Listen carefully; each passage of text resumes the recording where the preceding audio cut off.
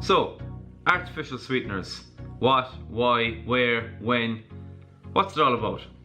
To talk about artificial sweeteners, we have to first talk about sugar, or sucrose.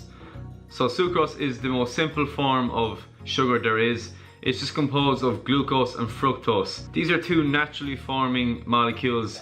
Fructose is formed in fruit, considering its name. And glucose is the makeup of everything. It is the simplest form of carbohydrate. So most things we eat will contain a source of glucose. So sucrose and sugar as a whole, they're fantastic. They make food taste delicious. They bring that really sweet taste with everything. And really they're the building blocks of the energy we use throughout our life. So really, to get to the absolute basics, when we eat sucrose or when we eat a sugar, it goes to our taste buds or our lingual papilla. Now these are chemoreceptors, so that means it takes the chemical reaction and translates that into an electrical reaction in our brains, which will signal to our pancreas to secrete insulin to deal with the glucose in our blood sugar. So that's why when we eat sugar or the glucose, it goes into our bloodstream straight away, and that's why our blood sugar level rises. So the insulin is secreted and travels through our body, which is where insulin sensitivity and all that comes into play. Basically, that glucose is either metabolized as energy or it's stored. That's the basics. So sucrose will immediately trigger our taste buds and send the electrical signals, whereas artificial sweeteners are really exactly what it says in the tin. So they are the sucrose, which has been chemically altered. So let's take Splenda or sucralose for example. That is sucrose, the natural forming white sugar, which is chemically combined with chlorine, a highly toxic chemical. So that's why when the media hears this, it just blows up and people straight away say an absolutely toxic substance, but really it's not. Like as a whole, it's not a toxic substance, even though there are molecules inside which in a pure and highly concentrated form can be toxic, but really you have to look at the bigger picture here. So the main benefit of these artificial sweeteners is that they're calorie free. And that's because you get so much bang for your buck with them. Sucralose is usually 300 times sweeter than sucrose. So that's why a tiny amount of that will equate to the normal amount of sucralose, which is why your body doesn't metabolize it, so it's calorie free. And this is the same for nearly all artificial sweeteners. Our body doesn't metabolize it, so it doesn't raise our blood sugar levels. So that's one of the main reasons why sucralose is so popular. Also because it is quite heat resistant and is used in baking a lot. Another really common one is stevia. Now stevia has a much better hype about it because it comes from a plant based. Really it can be branded as organic or whatever you want to call it. The leaves are taken and they're refined and grinded down to give us stevia, an extremely sweet source. That's why stevia is extremely common now and does not get as bad a hype as the other artificial sweeteners, just because it isn't as chemically altered. Other sweeteners that are used are saccharin and aspartame. These are commonly seen in diet soda drinks. Aspartame is the one you always see in like Diet Coke or Coke Zeros, but again, because such a small amount gives us such a huge return, the actual calories involved are negligible. So you might be wondering why fruit doesn't get such a bad doom as opposed to highly refined sugar foods or anything like that. So for example, when we eat a banana, immediately we have that sweet taste, but the fiber within the banana will slow down the sugar absorption. So that means you'll be fuller faster.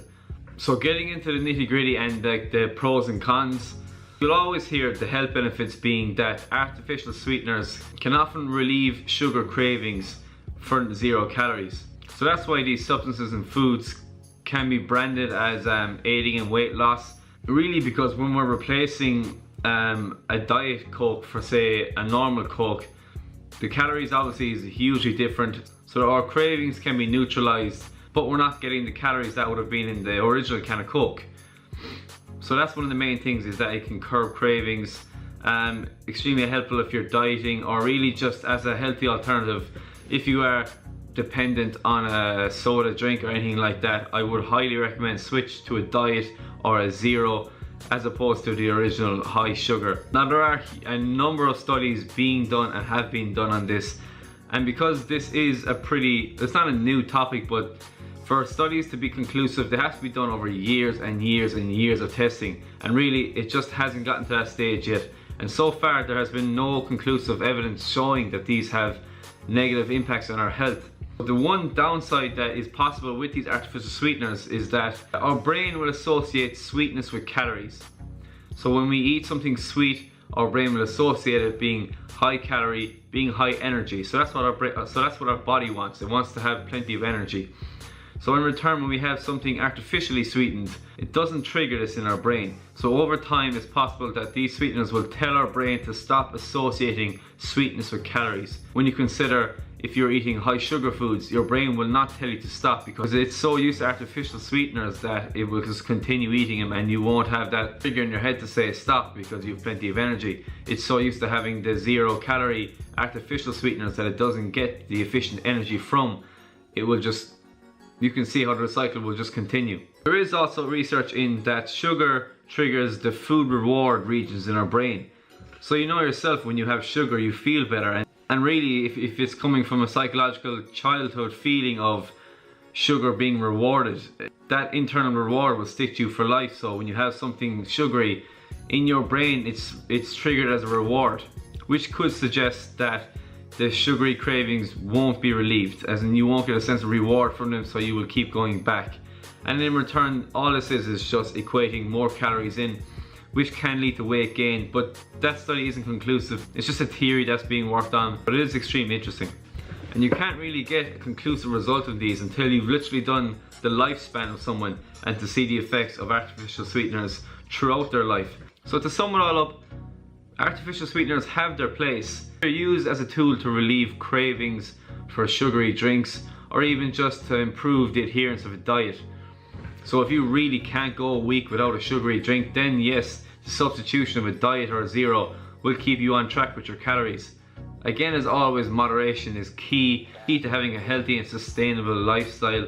The really interesting thing is how these chemicals are actually discovered. Most of them, like sucralose and aspartame, were discovered accidentally. Sucralose was discovered from a coal tar derivative, and some worker accidentally went home without washing his hands, and while eating his dinner tasted the substance on his fingers, which was extremely sweet. So that's how sucralose was discovered. And similar to aspartame from a London student who was testing, I think it was DDT, and really he was told to test this big substance, but instead he tasted it, which in return he found was extremely sweet, and that was altered to form aspartate. So really take what you want from this. I firmly believe in evidence-based work, and the evidence shows that so far there has been nothing proven to say that these have a negative effect to our health. So really your opinion on this is what will stand. Personally, I don't mind them. I use them from day to day. I don't rely on them, which is a big thing, and as always, in moderation, they're fine. They work okay for me.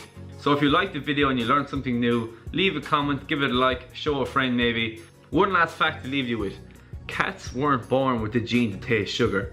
So that's probably why they're always grumpy and shit, so you have to feel sorry for them. So as always, thank you so much for watching. Subscribe to the channel, give it a like, and I'll see you in the next one.